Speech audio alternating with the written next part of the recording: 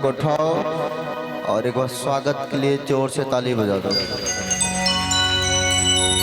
Hallelujah. Thank you father, thank you Jesus. Sir पे हाथ रखें, अपने सर पे हाथ रखे। परमेश्वर की आत्मा में तेरा धन्यवाद देता हूँ।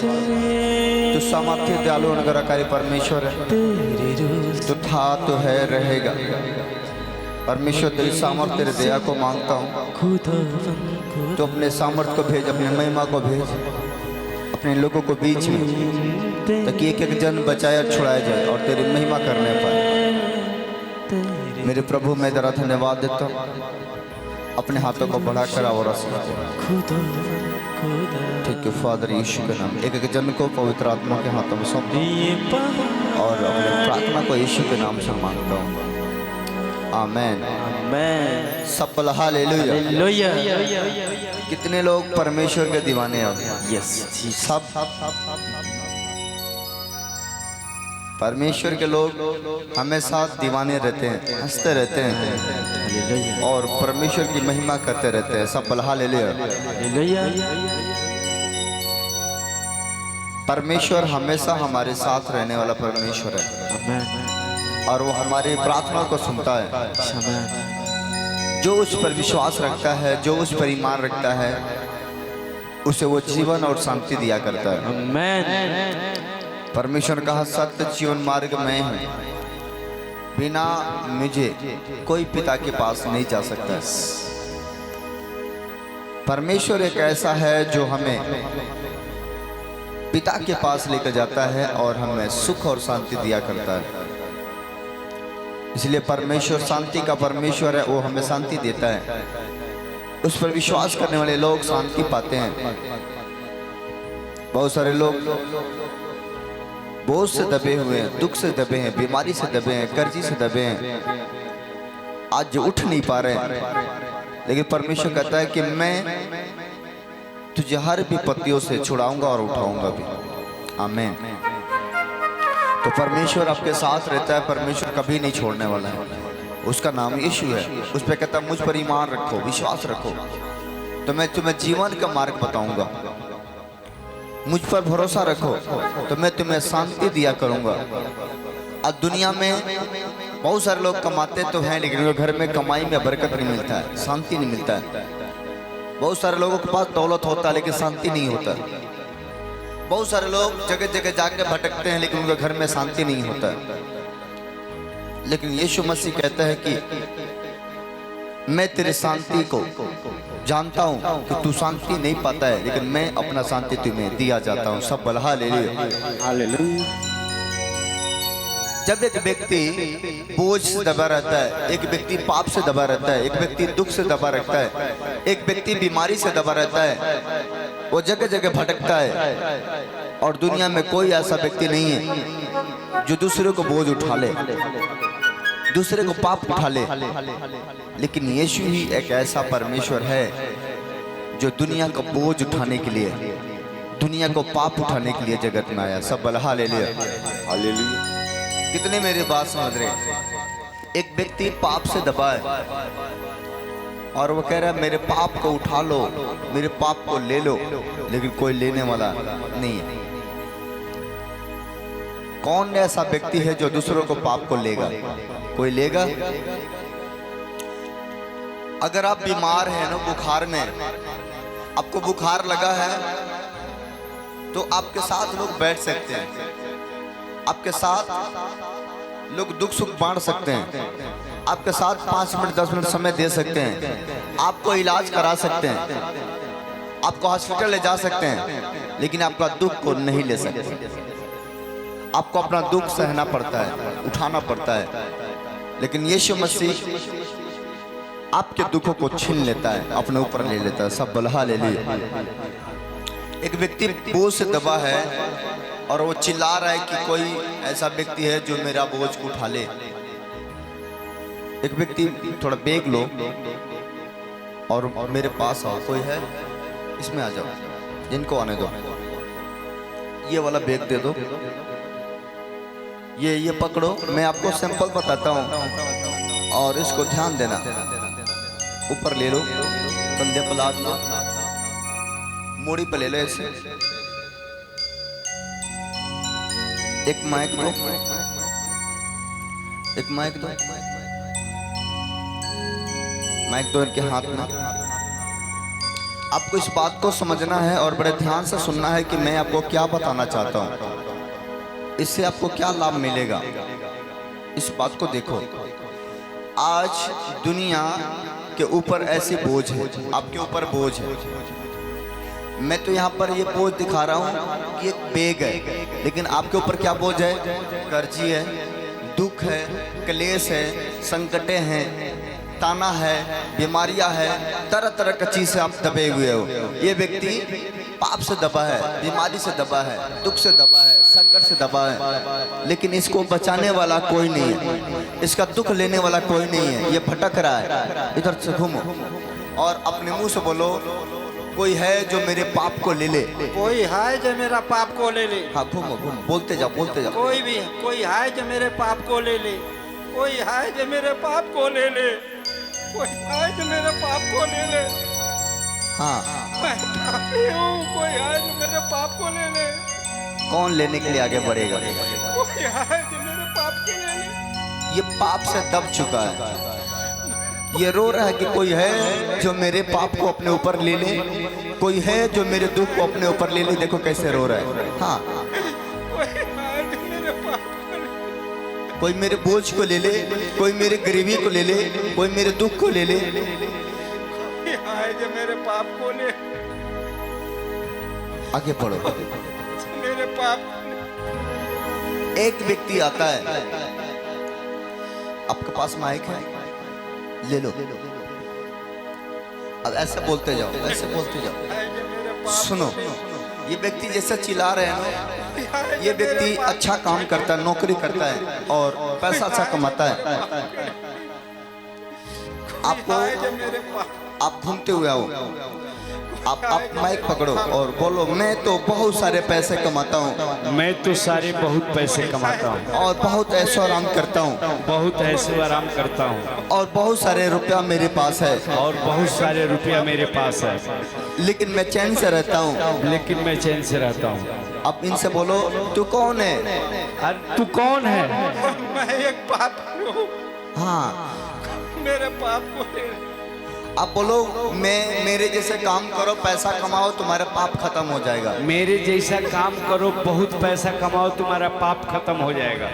अब बोलो, मैंने काम भी किया, मैंने काम भी किया, पैसा भी कमाया, पैसा भी कमाया, लेकिन पैसा खत्म हो गया, पैसा खत्म हो मेरा गया, पाप खत्म नहीं हुआ। मेरा पाप खत्म आगे नहीं बढ़ते हुआ। जाओ। सुनो, इस बात को ध्यान देना है। आज ये पैसा भी कमाता है, दौलत भी कमाता है, दौलत खत्म हो जाता है, लेकिन उसको ऊपर लगा हुआ बोझ अभी खत्म नहीं हुआ। एक नशेड़ी आता है और नशा करता है, नशा करते हुए बोलता, ओए तेरा बोझ तो मैं ले लूंगा। वो माइक में कोई बोलो। है जो मेरे पाप को ले। हाँ, देखो ये बंदा कोई बोलता है जो मेरे पाप को ले। बोलो, भाई तू कौन है? भाई तुम कौन है? मैं एक पापी हूँ। बोलो, अभी दारू पी, तेरा पाप खत्म हो जाएगा। अभी दारू पीऊ, तेरा पाप खत्म हो जाएगा। बोलो, मैंने दारू पिया। मैंने दारू पिया, हाँ। मैंने बहुत नशा किया, लेकिन मेरा पाप नहीं है। हाँ, दारू पिया, नशा किया, लेकिन मेरा पाप खत्म अभी तक नहीं हुआ। नशा लग गया, लोग घर से निकाल दिए, लोग मेरा जिंदगी तबाह कर दिए, लेकिन कोई मेरा बोझ नहीं लिया। लोग हम ही को भगा दिए, लेकिन बोझ को नहीं भगा पाए। आज देखो अभी दबा है, कह रहे कि मैंने नशा किया, मैंने जुआ भी खेला, मैंने ताश खेला, ये सब करके पाप को चढ़ा लिया, बोझ को चढ़ा लिया, लेकिन बोझ को कोई उठाने वाला नहीं है। अब मेरे बात समझ रहे हैं? ये रो रहा है, बिलप रहा है, कोई तो है मुझे मेरे बोझ को उठा ले, मेरे पाप को उठा ले। ये पाप से दबा हुआ व्यक्ति अगर जिसको अपना बोझ देगा, उसके अंदर पाप समा जाएगा, उसके अंदर दुख समा जाएगा, उसके अंदर बीमारी समा जाएगा, उसके अंदर कलेश समा जाएगा, क्योंकि इसके ऊपर पाप है, इसके ऊपर दोष है, इसके ऊपर श्राप है, ये भरा हुआ है बंदा। ऐसा कौन बंदा है जो इसको बोझ लेना चाहता है? कोई है आप लोगों में? लेगा कोई? इसका पाप अपने ऊपर ले लोगे? कोई है जैसा? हाथ उठाओ या हाँ या ना, कुछ तो बोलो। नहीं ले पाओगे, क्योंकि अगर ये पाप ले लेते हो तो आप भी पापी बन जाओगे। आपको मैं बताना चाहता हूँ कि ऐसा ही पाप, दोष, श्राप, कर्जी, दुख, बलाय आपके ऊपर है, लेकिन आप भटक रहे हो, दर दर घूम रहे हो, जगह जगह जा रहे हो। लोग तसल्ली तो दे देते हैं, लेकिन आपको ऊपर का बोझ खत्म नहीं करते हैं। इसलिए आपको डॉक्टर के पास जाते हो, दवा तो दे देता है, लेकिन बोझ खत्म नहीं कर सकता है। सोखा वो जगह पास जाते हो, बकरा भेड़ चढ़ा देता है, बलि चढ़ा देता है, लेकिन आपका बोझ नहीं लेता है। क्योंकि अगर वो बोझ ले लेगा तो जिस तरह इसका जिंदगी तबाह है, उस सोखा का जिंदगी भी तबाह हो जाएगा। जिस तरह इसका जिंदगी तबाह है, उस डॉक्टर और वैद्य का जिंदगी तबाह हो जाएगा। जैसा इसका जिंदगी तबाह है, उस तरह आपके माँ बाप का जिंदगी तबाह हो जाएगा। जो कोई ये बोझ लेगा वो दुख उठाएगा। आप समझ पा रहे मेरी बात को? आप भी बोझ से दब लो। आपके परमेश्वर बुला रहे और कह रहे हैं कि हे मेरे बेटा, मेरे बेटी, ये बोझ दुनिया के लोग नहीं ले सकते हैं, ये बोझ मुझको दे दो।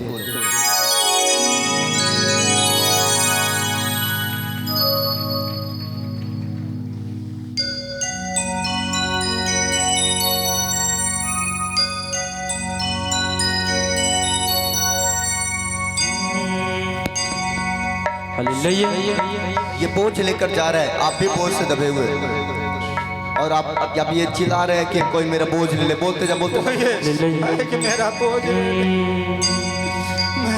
बोझ सबके गुनाह का उठा करे, कोई मेरा बोझ ले ले, कोई ऐसा है कि मेरा बोझ ले ले। आपको प्रभु याद कर रहे हैं। आपका बोझ कितना लोग बोलते, हम गाँव बोझ सबके गुनाह का उठा करे, बोलिए जा रहा है। आप अपने मुंह से बोलो, प्रभु मेरा भी बोझ ले ले, गुनाह का मेरा गरीबी ले ले, मेरा परेशानी ले ले। बोलो अपने मुंह से, बोलिए जा रहा है। बोझ सबके गुनाह का उठा करे, बोलिए जा रहा है। क्या खता थी हमारे मसीह की, क्या खता थी हमारे मसीह की, जालिमों ने जो उनको सजा दी। क्या खता ऐसे मसीह की। बोझ से हम संसार दबे हुए हैं, लेकिन संसार मेरे भाई बहनों बोझ नहीं उठा सकता है। इसी बोझ को उठाने के लिए यीशु मसीह जगत में आया। इसी बोझ को उठाने के लिए यीशु ने जगत में आया, और जगत के लोगों ने नहीं समझा कि ये बोझ क्या है। यीशु मसीह ने आया और आपसे कहा कि हे मेरे बेटी, मेरे पास आओ, अपना बोझ मुझ पे डाल दो। बोझ सबके, ए मेरा बेटा, अपना बोझ मुझ पे डाल दो। बोलिए जा। आप अपने मुंह से अपना बोझ हल्का करो, अपना गरीबी हल्का करो। बोलो अपने मुंह से कि प्रभु आज मेरा बोझ उठा ले, मेरा दुख उठा ले, मेरा गरीबी उठा ले। अपने जो चीज से आप परेशान हो ना, बोलो कि प्रभु आज तू उठा ले। जैसा इसका बोझ खत्म होगा, वैसा आपका गरीबी और बोझ खत्म हो जाएगा। बोलो क्या खता हमारे मसीह की, जालिमों ने उनको सजा दी। क्या खता थी हमारे मसीह की, जालिमों ने उनको सजा दी। ठोक दी उसके हाथों में कीले, ठोक दी उसके हाथों में कीले, फिर भी यीशु ने उनको दुआ दी। ठोक दी उनके हाथों में कीले, फिर भी यीशु ने उनको दुआ दी। बोझ सबके गुनाह का उठा करे, वो बजाते रहे कम। सुनो, जब हम एक वचन पढ़ते हैं मत्ती उसका 11 उसका 25 आयत, मत्ती 11 उसका 25 आयत में एक वचन पढ़ते हैं। ध्यान से सुनने का वचन है। आप तो हल्का हल्का गुनगुनाते रहेंगे, हल्का हल्का बजाते रहेंगे। यहाँ हे पिता स्वर्ग और पृथ्वी का प्रभु, मैं तेरा धन्यवाद करता हूँ कि तू तूने इन बातों को ज्ञानियों से और समझदारों से छिपा रखा, बालकों को ऊपर प्रकट किया। हाँ हे पिता, क्योंकि तुझे अच्छा लगा। मेरे पिता ने मुझे सब कुछ सौंपा है, और कोई पुत्र को नहीं जानता केवल पिता, और कोई पिता को नहीं जानता केवल पुत्र, और वो जिस पर पुत्र प्रकट करना चाहे। कहते हैं सब परिश्रम करने वाले लोगों, हे सब परिश्रम करने वाले और बोझ से दबे हुए लोगों, मेरे पास आओ, मैं तुम्हें विश्राम दूंगा। परमेश्वर कहता कि हे बोझ से दबे हुए लोगों, गरीबी से, कर्जी से, लाचारी से, परेशानी से, दुख से आप दब चुके हो, थक चुके हो, हार चुके हो, निराश हो चुके हो, कोई उम्मीद नहीं है। आप हर जगह जाकर दरवाजा खटखटाए हो, किसी ने दरवाजा नहीं खोला, लेकिन आज यीशु के दरबार में आए हो। आज यीशु आपके लिए दरवाजा खोलने जा रहा है, और यीशु आपका बोझ उठा के लेकर जाएगा। अपने बोझ को प्रभु को दे दो। हे परमेश्वर, मैं भी पापी हूँ, मैं भी गुनहगार मनुष्य हूँ। अरे आज मेरा बोझ उठा लो, मेरा दुख उठा लो, मेरा समस्या उठा लो। अपने दिल को खोलो, आंखें बंद करो और प्रभु से प्रार्थना करो। जो प्रार्थना करेगा वो परमेश्वर को, शांति को महसूस करेगा। अपने प्रार्थना में जाओ, आंखें बंद करो कि प्रभु आज हम यहाँ से खाली नहीं जाएंगे, आपके आशीष लेकर जाएंगे। हमारे मसीह की क्या कहा, हमारे मसीह की जालिमों ने उनको सजा दी, ठोक दी उसके हाथों में कीले, ठोक दी उसके हाथों में कीले, फिर भी यीशु ने उनको दुआ दी, ठोक दी उसके हाथों में कीले, फिर भी यीशु ने उनको दुआ दी। बोझ सब गुनाह का उठा करे वो लिए जा। आपका बोझ हल्का हो रहा है, आपका बीमारी खत्म हो रहा है बैठे बैठे, आपके समस्या जा रहा है, आपके रोग जा रहा है, आपके परमेश्वर बोझ लेने जा रहा है। परमेश्वर ने कहा जब तो मुझे पुकारेगा मैं तेरे सुनूंगा, संकट में मैं तेरे साथ रहूंगा, और तुझे ऊंचाई पर लेकर जाऊंगा और तेरे महिमा को बढ़ाऊंगा। ताज का तो कसर पे पहनाया, ताज का तो कसर पे पहनाया। आज परमेश्वर आपके लिए गाड़ी बन के आया है, गाड़ी आपके लिए गाड़ी बन के आया है, और आपसे आवाज लगा रहे हैं। आप कितने लोग कचरा वाला गाड़ी को देखे हैं? कचरा वाला गाड़ी को कितने लोग देखे? जो जिसमें कचरा भरा जाता है वो गाड़ी को कितने लोग देखे हैं? कचरा वाला आपके दरवाजे पर जाता है, कहता है बहन जी अरे अपने घर का कचरा मुझे दे दो। कहता है कि नहीं कहता है? कहता है भाई साहब अपने घर का कचरा मुझे दे दे। आप क्या करते हो? सारे कचरा घर में से निकाल के लेकर दे देते हो। वो आपका कचरा उठाता है, अपने गाड़ी को लादता है और गांव के बाहर लेकर चला जाता है। आप क्या करते हो? कचरा देते हो कि नहीं? उसको घर में से कचरा निकालते हो कि नहीं? तो आज भी अपना बीमारी का कचरा निकालो, अपने पाप का कचरा निकालो, अपने दुख का कचरा निकालो कि परमेश्वर लादे और लेकर चले जाए। और फिर वो कचरा मत होने देना। और जब जब कचरा होगा तो घबराना नहीं है। जब जब कचरा हो प्रभु को देते जाओ, प्रभु को देते जाओ, प्रभु को देते जाओ, प्रभु को देते जाओ। आप आशीषित हो गए यीशु मसीह के नाम में। अपने अपने अपने गुनाहों को कबूल करते हुए अपने कचड़ों को प्रभु को दो। पाप के कचरा, दोष के कचरा, श्राप के कचरा, और बाबा परमेश्वर जो अपने बोझ दे रहा है उनको बोझ ले यीशु मसीह के सामर्थ्य नाम में। और ये क्या आप चिल्ला रहे हैं? कम कम ये क्या चिल्ला के बोल रहे हैं? मुंह से बोल, क्या बोल रहे हैं? ऐसा कोई है कि मेरा पाप को ले ले? कोई ऐसा है कि मेरे पाप को ले ले? कोई ऐसा है कि मेरे पाप के ले ले? मैं पापी हूँ, जगत में भटक रहे हैं। कोई मैं है पापी हूँ। कोई ऐसा है कि मेरे पाप को ले ले? कोई है कोई ऐसा है कि मेरे पापों को ले ले? कोई लेने वाला ना। इसके माँ ले सकती है, ना पिता ले सकता है, ना बच्चे ले सकते हैं, ना कोई ले सकते हैं। इसका पाप कोई उठाने वाला नहीं। ये भटक रहा है, पैसा वाला है, दौलत वाला भी है, फिर भी इसका पाप खत्म नहीं हुआ। दौलत से, पैसा से, संपत्ति से पाप खत्म होने वाला नहीं है। पाप एक ही चीज से खत्म होगा, वो है पवित्र आत्मा। वो पवित्र आत्मा के लहू से आपके पाप खत्म होगा यीशु के नाम। मैं आप हाथ फैलाओ, इसके पाप को लो। ये बोझ को उठाना है, पकड़ना है। देखो यीशु कैसे आवाज देता है। बस रुक जा, रुक जा, तो रुक। आवाज देता है, सुनो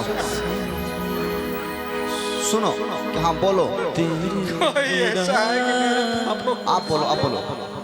हे मेरे बेटे, हे मेरे बेटे, हाँ अपना बोझ अपना बोझ मुझ पर डाल दे, मुझ पे डाल दे, मैं तुम्हें शांति दूंगा, शांति दूंगा। अब रोते हुए जाओ बोझ देकर और गले लगाओ यीशु के साथ। गाओ बोझ सबके गुनाह का उठा कर लिए जा रहा है।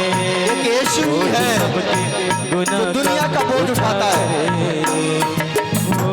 लिए जा रहा है। क्या खता थी हमारे मसीह की, क्या खता थी हमारे मसीह की। जालिमों ने उनको। आप फिर बोलो, हे बेटा, हे बेटा, आज मैंने तेरा बोझ ले लिया है। तेरा बोझ ले लिया है। तू जा कुशल से रह, कुशल से रह, फिर से पाप मत करना, पाप मत करना, ऐसा गलती मत करना, फिर गलती न करना। आमीन। बोझ सबके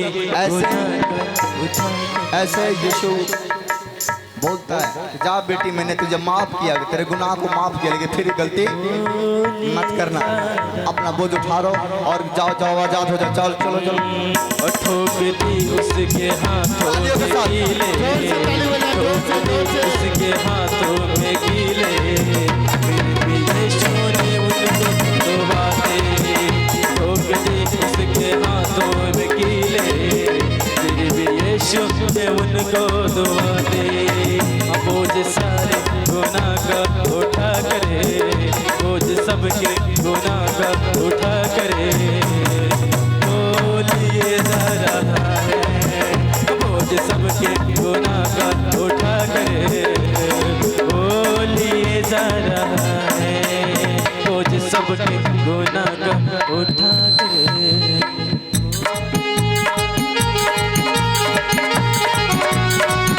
हाथ सब उठा के ताले के साथ।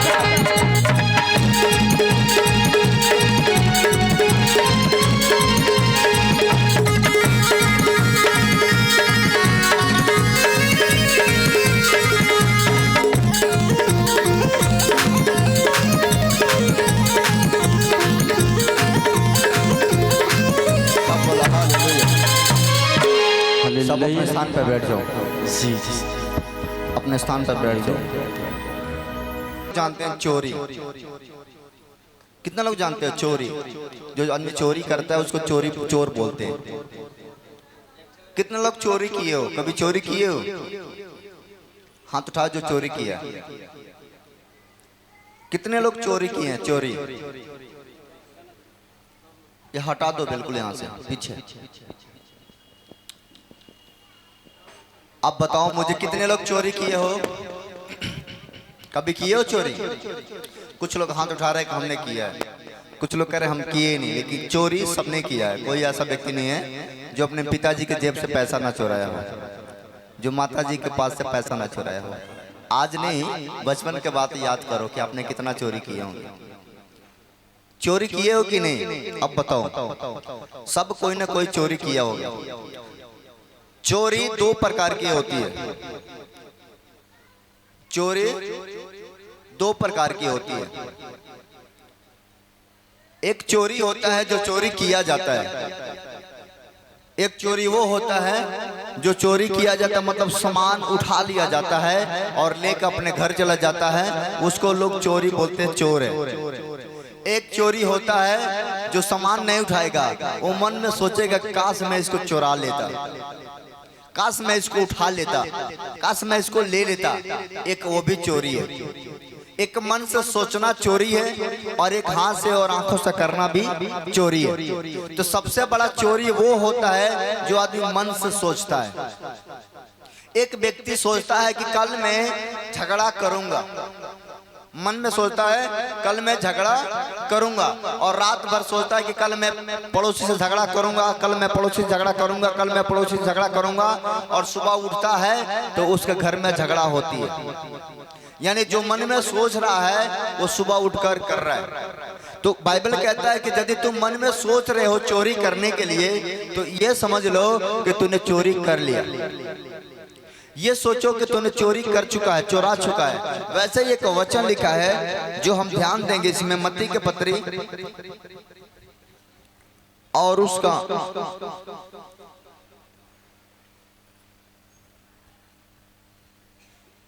5 उसके 33 आयत में देखो क्या लिखा है। 5 उसका 27 आयत में इसमें लिखा है, सुनो, तुम सुन चुके हो कि कहा गया था कि बेविचार ना करना, परंतु मैं तुमसे यह कहता हूं कि जो कोई किसी स्त्री पर कुदृष्टि डाले वो अपने मन में बेविचार कर चुका। आज बहुत सारे लोग, गरीबी के मेन कारण है उनके आंख, गरीबी का मेन कारण है उनका मन, गरीबी का मेन कारण है उनका सोच, कि वो गलत सोचेंगे, गलत देखेंगे, गलत बोलेंगे और वो फंस जाएंगे। आज एक व्यक्ति बेविचार नहीं करता है, एक व्यक्ति शरीर से किसी के साथ संबंध नहीं बनाता है, लेकिन मन में किसी औरत को गलत नजर से देखता है तो उसके साथ वो पाप कर रहा है। बाइबल कहता है कि यदि तू मन में सोच लिया तो तूने पाप कर लिया। अगर कोई लड़का किसी लड़की के बारे में सोच रहा है कि हम उसके साथ संबंध बनाते हैं, उसके साथ रहते हैं, उसके साथ ऐसा करते हैं, तो सोच रहा है तो वह पाप कर रहा है। अगर कोई लड़की ऐसा सोच रही है तो वह पाप कर रही है। अगर कोई औरत ऐसा सोच रही है तो वह पाप कर रही है। सोचना ही पाप है, करना से ज्यादा सोचना ही ज्यादा पाप इंसान के ऊपर लगता है। इसलिए बाइबल कहता है कि यदि तू सोच रहे हो कि चोरी कर लेता तो समझ ले चोरी कर लिया। तू सोच रहा है कि किसी को लूट लेता, समझ ले तूने लूट रहा है। समझ रहा है कि तू गाड़ी लेना चाहता है, मन में सोच रहा है कि मैं गाड़ी लूंगा, गाड़ी ले लूंगा, गाड़ी लूंगा, तो याद रखो एक दिन तुम गाड़ी ले लोगे। अपने मन में सोच रहे हो कि मैं जमीन लूंगा, जमीन लूंगा, जमीन लूंगा, तो याद रखो अगर मन में रोज सोच रहे हो तो एक दिन ऐसा दिन आएगा कि तूने जमीन ले लोगे। आप समझ रहे कि नहीं? आप सोच रहे हो कि मेरा घर बन जाए, मेरा घर बन जाए, एक दिन ऐसा आएगा आपका घर बन जाएगा। वैसा ही पाप होता है। अगर मन में बार बार आपका पाप आ रहा है तो समझ लो कि एक दिन ऐसा पाप में फंसोगे कि वहां से निकलना भी मुश्किल हो जाएगा। आप समझ रहे हैं मेरी बात को? कितने समझ रहे हैं? आज के बेटा बेटियों को खास करके इन बातों को समझना है कि अगर हम किसी के प्रति मन में गलत सोच रहे हैं तो उसके साथ पाप कर रहे हैं। इसलिए उससे बचो और अपने परमेश्वर के साथ एक पवित्र रिश्ता बनाओ ताकि तुम बचाए जा सको। सब पलहा ले लो। बाइबल लिखा वहां पर लिखो, आगे पढ़ो क्या लिखा है। Yes hallelujah. परंतु मैं तुमसे यह कहता हूँ हाँ कि जो कोई किसी स्त्री पर कुदृष्टि डाले, हाँ, वह अपने मन में उससे बेविचार कर चुका। हाँ, यदि तेरी दाहिनी आंख तुझे ठोकर खिलाए तो उसे निकाल कर फेंक दे। कहता है कि अगर तेरा दाएं आंख तुझे ठोकर खिलाता है, मतलब बुराई दिखाता है, पाप दिखाता है, गलत चीज दिखाता है, तो उसे निकाल कर फेंक दे। कितने फेंकोगे? आंख निकालोगे? अगर आंख धोखा दे रहा है, बार बार गलत मोबाइल में दिखा रहा है, बार बार किसी लड़की की तरफ दिखा रहा है, बार बार किसी लड़का की तरफ दिखा रहा है, बार बार दौलत की तरफ दिखा रहा है, बार बार किसी की तरफ दिखा रहा है, तो कितने लोग होंगे जो अपने आंख निकालेंगे और उसको फेंक देंगे। कहते हैं आंख निकाल कर फेंक दो, क्योंकि तू आंख रहते हुए नरक में ना डाला जाए। इससे अच्छा है कि आंख ना रहे तो नरक डालने से बच जाए। एक आंख न रहेगा तो उसको क्या बोलते हैं? काना। काना। काना बन के परमेश्वर का राज में प्रवेश करना भला होगा, आंख रह के नरक जाना अच्छा नहीं रहेगा। कितने लोग होंगे जो अगर आंख आपको गलती दिखा रहा है बार बार तो उसे निकालेंगे? कितने लोग निकालने का रेडी हो? आंख निकाल दोगे? ये आंख कह रहा है, कोई हाथ नहीं उठा पा रहा है। ये समझ रहे हैं कि मेरा यही आंख वाला निकालना है। आपको ये आंख रियल आंख नहीं निकालना है। बाइबल कहता है आंखों को निकाल दे, मतलब कहता है अपने आंखों से जो बुराई देखते हो उस बुराई को क्या कर देना है? क्या निकालना है? बुराई को निकालना है। जो आंख बुरा चीज देखता है उसे निकाल दो, ताकि तुम आंख के द्वारा पाप में ना फंसो और तुम्हारे ऊपर दोष और श्राप ना लगाया जाए। इसलिए सबसे पहले ध्यान देना है, पाप से बचे रहो, चोरी से बचे रहो, गुनाह करने से बचे रहो, हत्या करने से बचे रहो, झूठ बोलने से बचे रहो, इंजाम लगाने से बचे रहो, तो तुम परमेश्वर के बेटा ठहरा जाओगे। सब बोला हालेलुया। हालेलुया। आज गरीबी के कारण क्या है कि आप अपने घर को तो देखते नहीं है, दूसरे घर में चुगलई करते हो, दूसरा का बेटा बेटी को ध्यान देते हो, दूसरा का दौलत पर ध्यान देते हो, दूसरों को पत्नी पर ध्यान देते हो, पति पर ध्यान देते हो। लेकिन जिस दिन आप अपने परमेश्वर पर ध्यान देना स्टार्ट कर दो, उस दिन से आपका गरीबी भी खत्म हो जाएगी। सब बोला हालेलुया। दुनिया के लोग आज दूसरों को बुराई करने में लगे हुए हैं। बाइबल कहता है कि बुराई वो लोग करते हैं जिनके अंदर शैतान रहता है, बुराई वो नहीं करते जिनके अंदर पवित्र आत्मा रहता है। जिसके अंदर परमेश्वर का आत्मा है वो बुरा कर रहेगा ही नहीं, और बुरा करेगा तो डरेगा, क्योंकि वो जानता है कि मेरा परमेश्वर बदला लेने वाला परमेश्वर है। सब बोला हालेलुया। तो आपको इन सारे चीजों से बचना है, तो परमेश्वर आपको आशीष देगा। क्या लिखा है? क्योंकि तेरे लिए यही भला है कि तेरे अंगों में से एक नष्ट हो जाए और तेरा सारा शरीर नरक में न डाला जाए।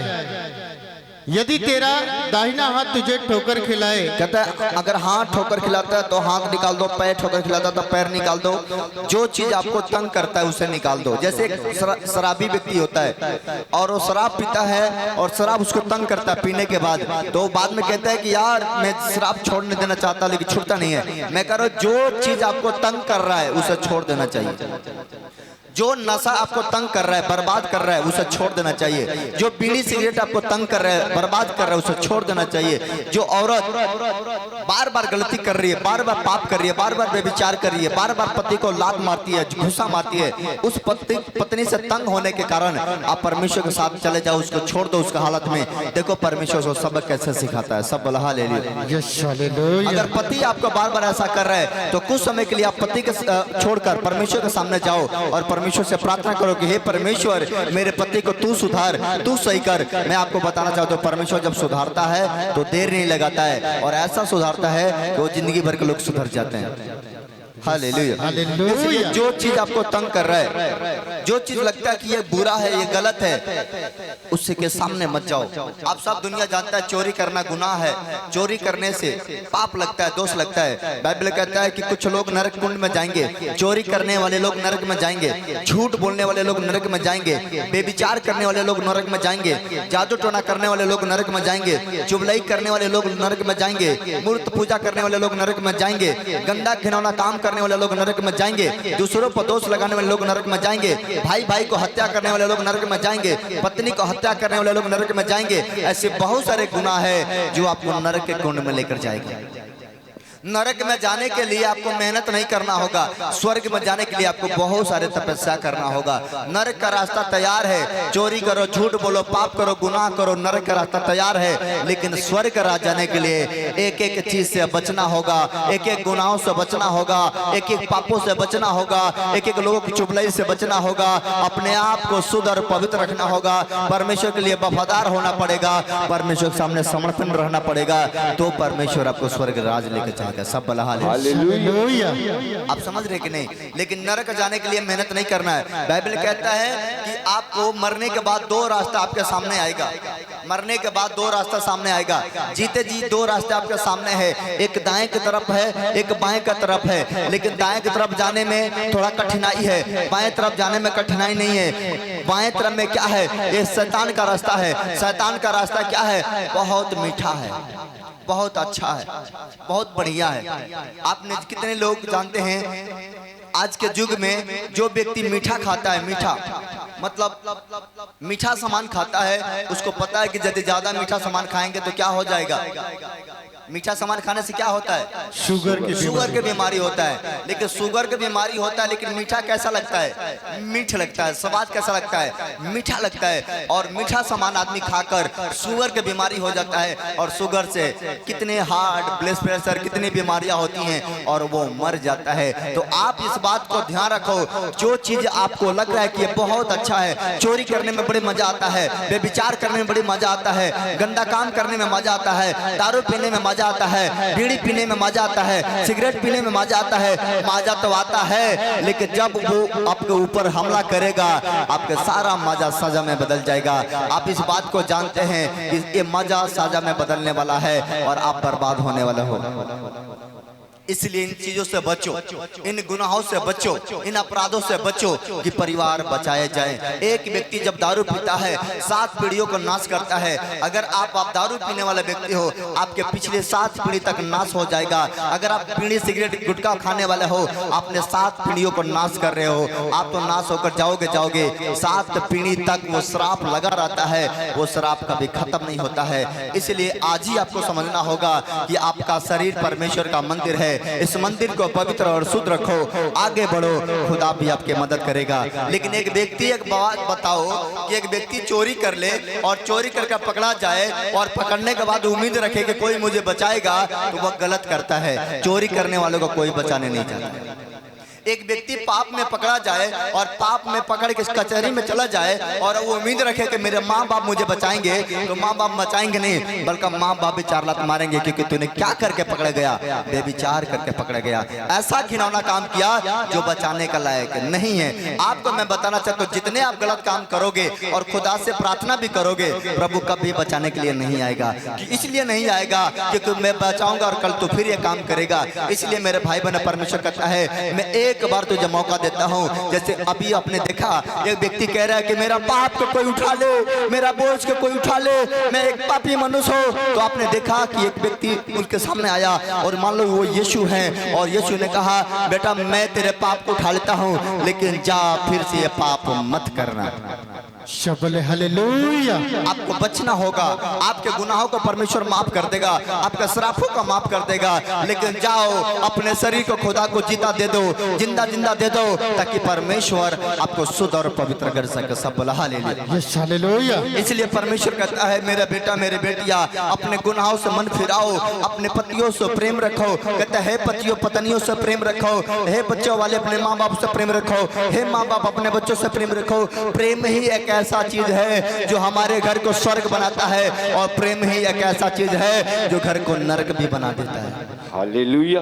आपके घर में अगर सच्चा प्रेम है, वह घर में कभी गरीबी नहीं आएगा और घर में कभी दुख नहीं आएगा। दुख भी रहेगा, पूरा परिवार मिलकर बांट लेंगे। लेकिन अगर आपके घर में धन दौलत भी है और घर में प्रेम नहीं है, तो सारा दौलत बेकार है। आप दिन भर कमाते हो, शाम से सुकून से नहीं खाते हो, वो दौलत बेकार है। इसलिए परमेश्वर कहता है मेरे बच्चा मेरे पास आओ, मैं तुम्हें शांति और विश्राम दिया करूंगा। सब बोला हालेलुया। पहला गरीबी का मेन कारण है झूठ बोलना, चोरी करना, हत्या करना, बेविचार करना, गुनाह करना, नफरत करना, मूर्ति पूजा करना, जितनी भी गलत चीज है ये आपको फंसाता है। लेकिन मैं आपको बताना चाहता हूँ दूसरा आपका गलती क्या है, शपथ खाना। कितने लोग शपथ खाते हो? बहुत सारे लोग शपथ खाते हैं, बहुत सारे नशा करने वाले लोग शपथ खाते हैं। कहते हैं पत्नी के ऊपर हाथ रखते हैं, कहता है मैं शपथ खाता हूँ, पत्नी के ऊपर हाथ रख के शपथ खाता हूँ, मैं दारू पर हाथ नहीं लगाऊंगा। 3 दिन के बाद फिर दारू पीता बनता। आप बताओ शपथ खाने वाले लोग कहाँ जाएंगे? नरक जाएंगे वो। आज पत्नी से शपथ खाते हैं, पत्नी के ऊपर रात को शपथ खाते हैं, कहते हैं कि मैं तम्बाकू आज से छोड़ दूंगा, और सुबह पता लगता है फिर सुबह मांग रहे हैं तम्बाकू। शपथ खाते हैं, झूठ बोलते हैं और फिर से वही काम करते हैं। ये लोग नरक जाएंगे। लिख लो आज के दिन। कितना भी बीमारी हो, कितना भी आपको दुख हो, आपको दुख में बीमारी में शैतान डालेगा, परमेश्वर बचाने नहीं आएगा। शपथ मत खाना। कहता बहुत सारे लोग अपने सर का शपथ खाते हैं, बहुत सारे लोग आसमान का शपथ खाते हैं, बहुत सारे लोग धरती का शपथ खाते हैं। लेकिन शपथ खाना गुनाह है। शपथ खाओ लेकिन उसको पूरा भी करो। शपथ खा सकते हो, अगर आप चाहते हो कि हम शपथ खाएं तो याद रखना, शपथ खाए हो तो भूलना नहीं है, उसको पूरा भी करना आपका कर्तव्य है। यदि शपथ खाकर पूरा करते हो तो आप परमेश्वर के लायक हो। यदि शपथ खाकर पूरा नहीं करते हो तो आप दोषी और श्रापित ठहर जाओगे। आज बहुत सारे लोग दोस्त श्रापित इसलिए क्योंकि शपथ खाते हैं और फिर गलती करते हैं। एक वचन पढ़ो मेरे साथ, उसका 33:5, उसका 33 पढ़ो, क्या लिखा है? जल्दी से पढ़ लेंगे। 33। हाँ।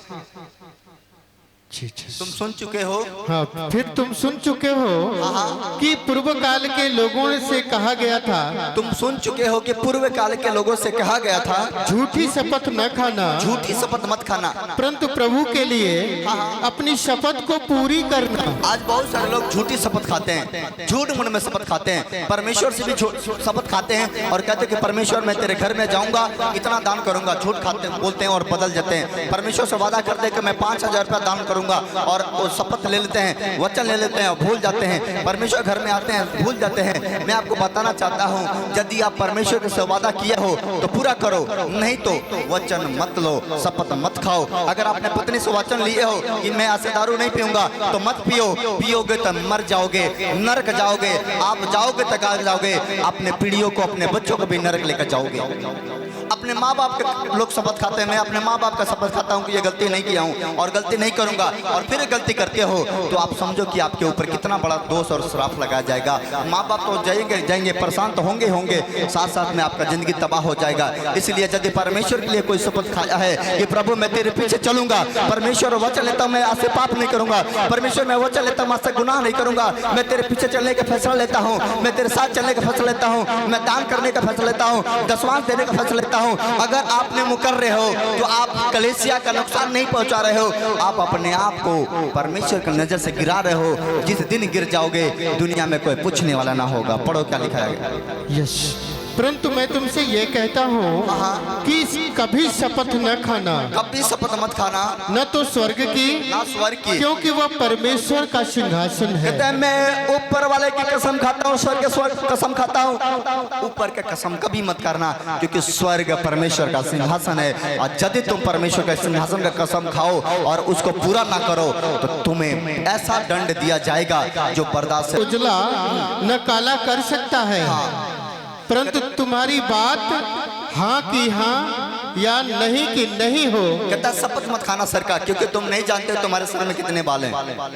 ना तूने बाल बोया है, ना तू बाल को उगाया है, ना तू बाल को काला कर सकते हो, ना बाल को उजला कर सकते हो। ये सब उसके हाथ में है। इसलिए सर आपके बस में नहीं है कि तुम सर की कसम खाओ। अगर कसम खाओ तो पूरा करो, वरना कसम मत खाओ। तुम्हारे बात हाँ के हाँ और ना के ना रहे। आप किसी से कोई बात कहते हो और वो व्यक्ति कहता है नहीं तुम झूठ बोल रहे हो, मैं कह रहा हूँ अगर वो आप सच बोलते हो और वो व्यक्ति बोलता है कि तुम झूठ बोलते हो, उसको बोलो अगर तुम्हें झूठ लगता है तो लगे, मैं सच बोलता हूं तो बोलते रहूंगा, चाहे तू जो करना है कर। सच है तो सच बोलो, झूठ है तो झूठ बोलो, क्योंकि एक झूठ को छुपाने के लिए 100 झूठ बोलना पड़ता है, लेकिन 100 झूठ बोलने के बाद भी एक सच्चाई छुपता नहीं है, वो एक नई दिन सामने आ जाता है। आज पत्नी लोग झूठ बोलते हैं, किससे? पति से, कि मैंने तेरे जेब से पैसा नहीं चुराया, मैंने तेरे पास से पैसा नहीं चुराया। आज चोरी कर लेते हैं, लेकिन वो बताती नहीं औरत। लेकिन 1 महीना 1.5 महीना बीतने के बाद वो औरत उस पैसा को निकाल के उसी पति को देती है कि ये पैसा लीजिए, काम कर लिए। मैंने कहा कि तूने झूठ बोल के अपने ऊपर पाप तो ले लिया ना। आज पति लोग झूठ बोलते हैं, कहते हैं मैंने नशा नहीं किया, और झूठ बोलते हैं पत्नी के सामने आकर कि मैं ऐसा गुनाह नहीं किया हूँ। मैं आपको कह रहा हूँ पत्नी से झूठ बोल सकते हो, क्या उस परमेश्वर से भी झूठ बोल सकते हो? क्या उस खुदा के सामने भी झूठ बोल सकते हो? अपने बेटा बेटी से झूठ बोल सकते हो? क्या वो परमेश्वर के सामने भी झूठ बोल सकते हो? परमेश्वर कहता है कि चोर चोरी करता है तो दाएं बाएं आगे पीछे देखता है, और उसको ये नहीं पता लगता है वो क्या करता, कभी दाएं देखेगा, कभी बाएं देखेगा, कभी आगे देखेगा, कभी पीछे देखेगा और चोरी कर लेगा। लेकिन वो भूल जाता है उसका बाप ऊपर से भी देख रहा है कि कौन सच है कौन गलत है। सबका न्याय होगा क्योंकि ऊपर से सबके बाप देख रहा है। सब बोला हालेलुया। इसलिए चोरी करने से पहले, झूठ बोलने से पहले, व्यभिचार करने से पहले, किसी के साथ गलत संबंध बनाने से पहले एक बात को हमेशा याद रखना, कोई देखे या ना देखे, लेकिन हमको परमेश्वर रोज देखता है, हमको परमेश्वर प्रतिदिन देखता है। सुख में है तो भी देखता है, दुख में है तभी देखता है। जैसा परमेश्वर हमें देखता है वैसे शैतान हर एक मनुष्य को देखता है। मैं आपको बताना चाहता मेरे भाई बहनों, आप जंगल में हो परमेश्वर देखता है, आप खेत में हो परमेश्वर देखता है, आप मकाने में हो, बंगालों में हो, कहीं पर भी हो परमेश्वर देखता है। आप उसके नजर से नहीं छुप सकते हो। आपको लग रहा है कि हम चोरी छुपे कोई काम कर रहा है, हमें कोई नहीं देख रहा है। मैं आपको बताना चाहता हूँ मेरे भाई बहनों, लोगों का नजर में चोरी छुपा काम कर सकते हो, लेकिन परमेश्वर की नजर से कभी छुप नहीं सकते हो। इसलिए आपको मनुष्य से ज्यादा परमेश्वर से डरना चाहिए। आज लोग तंबाकू अपने माँ बाप के सामने, बहुत सारे लोग नहीं खाते हैं, छुपते हैं, डरते हैं कि माँ बाप के सामने तंबाकू खाएंगे तो माँ बाप हमको डांटेंगे। अरे माँ बाप के सामने खाने से ना खाने से कोई फर्क नहीं पड़ता है। आप तो परमेश्वर के नजर में गिरते जा रहे हो। माँ बाप आपको माफ कर देंगे, माँ बाप कहेंगे कोई बात नहीं, अगता को छोड़ देंगे। लेकिन जिस दिन शैतान तुम्हारे कैंसर को डालेगा, जिस दिन कैंसर तुम्हारे अंदर होगा, पथरी अंदर होगा, शुगर अंदर होगा, रसोलिया अंदर होगा, उस दिन कोई आपको बचाने नहीं आएगा। मेरे भाई बहनों, मैं बताना चाहता हूँ, एक व्यक्ति को मैंने मना कर दिया, मेरा भाई तू तम्बाकू मत खा, तू ऐसा मत कर। उसने कहा कि कोई बात नहीं खाऊंगा, जाकर झूठ बोल दिया और जाकर तम्बाकू खाने लगा, उसके कैंसर हो गया। मेरे भाई लोग, नया शादी हुआ था, 1 महीने के बाद आया उसको कैंसर हो गया था, 2 महीने के बाद आया, 3 महीने के बाद मैंने देखा उसके पत्नी अकेले आ रही है। मैंने पूछा क्या हुआ? पत्नी कह रही है पति तो मर गया। मना करने के बाद भी लोग नहीं समझते हैं। शादी कर लिए हैं, 1-2 बच्चे पैदा कर लिए हैं, नशा में डूब गए हैं, पता नहीं चलता कि मेरा शरीर कहाँ है, पता नहीं चलता मेरा पत्नी कहाँ है। अरे जीते जी अगर मेरे सामने मेरे पत्नी किसी के सामने जाकर 10 रुपए के लिए हाथ फैलाती है तो उससे अच्छा कि मर जाओ यार। ऐसा जिंदगी जीने से अच्छा है कि कहीं मर जाओ, खत्म कर लो अपने आप को। क्योंकि आपके सामने रहते हुए आपके पत्नी के साथ कोई अयासी करता है, कोई मनमानी करता है, कोई बर्बाद करता है, ऐसा जिंदगी कभी नहीं जीना। मेरे भाई बहनों, आपको मैं बताना चाहता हूँ, आज के लोग करते क्या है, दारू पियेंगे, जाकर खेत में सो जाएंगे, जंगल में सो जाएंगे, कहीं न कहीं सो जाएंगे। उनके पत्नियां इंतजार करते करते रात बीत जाती है, सुबह बीत जाती है, इंतजार करती है, इंतजार। लेकिन आपको मैं बताना चाहता हूँ, पति को उठा कर लाया जाता है, इंतजार करती है कि आज मेरा पति अच्छा होता तो मेरा पड़ोसी हमें ताना ना मारता, हम गरीब नहीं होते, हम दुख में नहीं होते। बच्चे 10 रुपए के लिए इंतजार करते हैं, आपके भाई के लड़के अच्छे खाना खाते हैं, आप नशा करके ऐसा करते हो कि बच्चों को बिस्कुट नहीं लाते हो, और वहीं पर उसके जो चाचा होते हैं, उसके बड़े पापा होते हैं, उनके बच्चे अच्छे खाना खाते हैं। आपके बच्चे देख के तरसते हैं कि आज मेरा पापा भी अगर नशा नहीं करते, गलत काम नहीं करते तो हमारे लिए अच्छा चीज लेकर आते, हम भी अच्छा खाना खाते, हम भी अच्छा मिठाई खाते, अच्छा चीज खा लेते। आपके बच्चे तरस रहे हैं, आपके ऊपर पाप पड़ रहा है कि नहीं पड़ रहा है, ये खुद आप सोचो। ऐसा काम करने से दूर हो जाओ, अपने बच्चों के लिए एक आदर्श बनो, अपने पत्नी के लिए, अपने माँ बाप के लिए एक ऐसा व्यक्ति बनो कि दुनिया याद करे ये व्यक्ति नालायक था, आज लायक बन गया। हालेलुया। आप समझ रहे हैं कि नहीं? विश्वास एक जगह होता है, अपने पति पर। दुनिया में पत्नी का सबसे बड़ा विश्वास पति पर होता है। दुनिया में पत्नी जब आती है नैहर से ससुराल, उसको उम्मीद रहता है कि मेरा पति ही मेरे सास है, मेरे पति ही ससुर है, मेरे पति मेरा माँ है, मेरे बाप है, मेरा भाई, मेरा बहन, मेरा पति सब कुछ है। लेकिन जब पति का प्रेम नहीं मिलता है, वो औरत टूट जाती है, बिखर जाती है, उसको लगता है कि संसार में मेरा सब कुछ खत्म हो गया। औरत को 3 चीज चाहिए, 3 चीज अगर औरत को मिलता रहे वह कभी लड़ाई नहीं करेगी। पहला, औरत को प्रेम मिलना चाहिए। पति का अगर प्रेम औरत को मिलता है तो वो खाना खाए या ना खाए, अगर पति पत्नी से प्रेम करता है तो पत्नी खाना नहीं भी खाएगी नहीं तभी खुश रहेगी। प्रेम मिलना चाहिए, प्रेम का भूखा होती है। दूसरा, औरत चाहती है कि मेरा पति मुझे छोड़कर मेरे अलावा किसी तरफ बुरे नजर से ना देखे, अगर जो भी देखना है तो मेरी तरफ देखे, वो दूसरे की तरफ, किसी औरत की तरफ ना देखे। अगर आप एक अच्छा पति हो और सिर्फ अपने पत्नी की तरफ देखते हो और मोहब्बत करते हो अपने पत्नी से अधिक, मैं कह रहा हूं पत्नी आपको जो कहोगे आपके लिए करने के लिए तैयार हो जाएगी। आप समझ रहे कि नहीं? तीसरा, अपने पत्नी को आप रोज घूमते हो। मेरे पिताजी पता है क्या बोलते थे? कहते थे बेटा तो रोज घूमता है, कोई बात नहीं घूम, लेकिन एक दिन अपने पत्नी के लिए निकाल और अपने पत्नी को गाड़ी में बैठा और पत्नी से पूछ तू कहाँ जाना चाहती है, उसको भी एक बार लेकर जा और उसको भी जो अच्छा खाना खाना चाहती है, जो अच्छा कुछ खाना चाहती है, एक बार उसको भी खिला के लेकर। मेरे पापा जो थे वो हम लोग को डांटते थे, कहते थे महीना में एक दिन तू 30 दिन काम कर, 29 दिन काम कर, लेकिन एक दिन तू अपने पत्नी के लिए निकाल। अगर वो नैहर जाना चाहे तो नैहर ले जा, अगर वो कहीं मेला जाना चाहती है मेले ले जा, अगर कहीं मिठाई खाना चाहती है वहां ले जा, तू ऐसा जगह उसको ले जा, उसके मनपसंद की जगह ले जा और एक दिन उसको घुमा के लेकर आएगा, एक दिन खिला कर आएगा। 30 दिन तेरा सेवा करेगी, लेकिन एक दिन नहीं घुमाएगा, 30 दिन तेरे कुछ नहीं बुझेगी। सबका मन होता है, सबका मन करता है कि हम भी गोलगप्पा खा लेते, हम भी पकौड़ी खा लेते, हम भी समोसा खा लेते, सबका मन होता है। लेकिन पति लोग खाते हैं, पत्नी को मिलता नहीं बेचारी को।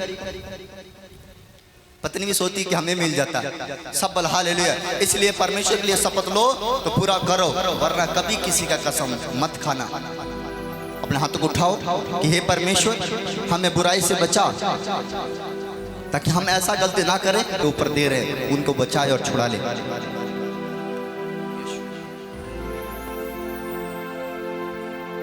तंबाकू खाने से नुकसान है तो मत खाओ, बीड़ी पीना नुकसान है मत करो, दारू पीना गलत है मत करो, शर्म करो इन चीजों से और दूर हो जाओ और प्रभु को प्रभु डाल दो। अब बोझ प्रभु पर डाल, कभी ना घबराना। माता पिता यदि छोड़ दे तुझे, यीशु गले से लगाएगा। माता पिता यदि छोड़ दे तुझे, यीशु गले से लगाएगा। अपना बोझ प्रभु पर डाल, कभी ना घबराना। अगर आप घबराए हुए हो, चिंता में हो, टेंशन में हो, मैं आज आपको एक बात बताना चाहता हूँ। जिंदगी में कभी घबराना मत। जिंदगी में अगर आपको ऊपर परेशानी आए, दुख आए, कलेश आए, तो बिल्कुल मत घबराना, बिल्कुल चिंता मत करना, क्योंकि आपका चिंता करने के लिए आपका परमेश्वर है ना, आपको पिताजी है ना जो स्वर्ग में बैठे हुए हैं, आपको चिंता करेंगे। आपको दुनिया के लोग छोड़ देता है ना, मत घबराओ। घर में लोग, भाई लोग ताना मारते हैं, पत्नी ताना मारती है, माँ बाप ताना मारते हैं, मत चिंता करो, प्रभु आपको गले लगाएगा। दुनिया जब ताना मारता है, जब दुनिया के लोग बुरा भला बोलते हैं, जब दुनिया के लोग आपको ऊपर इल्जाम लगाते हैं, जब दुनिया के लोग कहते हैं कि तो निकम्मा है, उस दिन समझ जाना ये निकम्मा सबसे ऊंचाई पर जाने वाला है। जिस दिन आपका बुराई होना शुरू हो जाए, समझ लेना कि उस दिन आपका पाप खत्म होना शुरू हो गया। जब एक मसीह व्यक्ति को ऊपर दोष लगता है, सताया जाता है, दुख दिया जाता है, वो व्यक्ति को दुख होने से अच्छा है आनंदित हो, क्योंकि जो पाप उसने किया था वो खत्म हो रहा है। आमीन। जब हमारा पाप खत्म होता है तो हमारे ऊपर परीक्षा आते हैं, और परीक्षा इतना जबरदस्त आता है कि हमारा जो पाप है वो खत्म हो जाता है। इसलिए परीक्षा आना जरूरी है, नहीं तो पाप खत्म नहीं होगा। एक बार परीक्षा आया तो 1 साल के पाप खत्म कर देता है, कि हमने जो गलती किया वो खत्म हो गया। इसलिए परीक्षा आना जरूरी है, दुख आना जरूरी है, संकटें आना जरूरी है। परमेश्वर ब्लेस करेगा। आपको किसी बात का चिंता नहीं करना, धन का, पैसा का, परिवार का चिंता मत करना। परमेश्वर कहता है कि हे मेरे बेटा, एक बात बताओ, आकाश के पंछियों को देखो, वो ना कभी बोते हैं, ना कभी काटते हैं, ना कभी बखार में इकट्ठा करते हैं, लेकिन फिर भी प्रतिदिन का भोजन उनको दिया जाता है। जब मैं आकाश के पंछियों को भोजन दे सकता हूँ, तो क्या मैं तुम्हारा चिंता नहीं कर सकता हूँ? क्या मैं तुम्हें भोजन नहीं दे सकता हूँ? इसलिए अपना चिंता को हटाओ, मन को साफ करो और प्रभु के सामने आओ और परमेश्वर से बोलो और परमेश्वर को प्रबोध दे दो। अपना बोझ प्रभु पर डाल, कभी ना घबराना। अपना बोझ प्रभु पर डाल, कभी ना घबराना। अपने आंखें